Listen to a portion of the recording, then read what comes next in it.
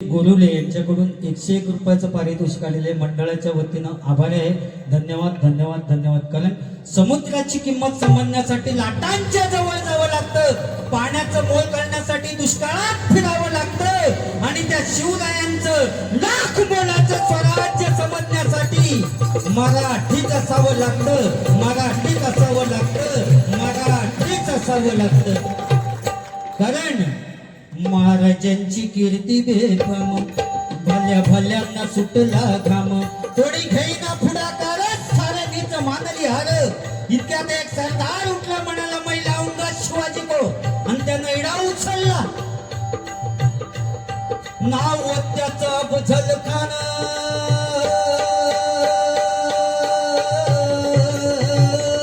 नाव त्याचं अफजल खान, नाव त्याचं अफजल खान, नाव त्याचं अफजल खान. जिता जागता जणू सैतान, अंगी 10 हत्तीचं बळ पाहणारा कापे सळसळत. वाटेत भेटेल त्याला चिंडीत खानाची सेना निघाली, देवळ उद्ध्वस्त केले, आया बहिणी शब्द उठली. कोण कोण रोखणारे वादळ. इतक्यात आई जिजाऊ काय म्हणाल्या, इतक्यात आई जिजाऊ काय म्हणाल्या, माझा पुत्र गमावला तरी बेहत्तर, पण मराठी मुलकाचा स्वाभिमान गमावता कामा नये.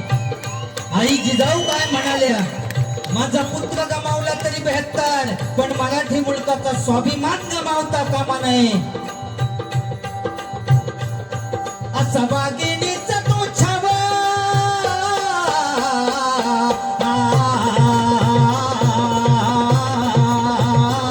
असा वाघिणीचा तो छावा, गणी मारला कसा ठेचावा, डोक्यात गणी मी गावा. प्रतापगडावर भेटीचा सांगावा धाडला, महाराज खानाच्या भेटीसाठी गेले. महाराजांना पाहून खान असून म्हणतो कसा, अरे आओ शिवाजी आओ, हमारे गले लग जाओ. खान असून म्हणतो कसा, अरे आओ शिवाजी आओ, हमारे गले लग जाओ. महाराजांनी खानाला आलिंगन दिलं.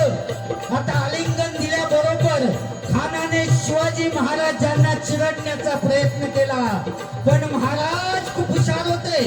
ज्यावेळी खानाच्या भेटीसाठी गेले त्यावेळी आपल्या हातातल्या बोटातून वाघ नख घालून गेलेले होते. वाघ नखांचा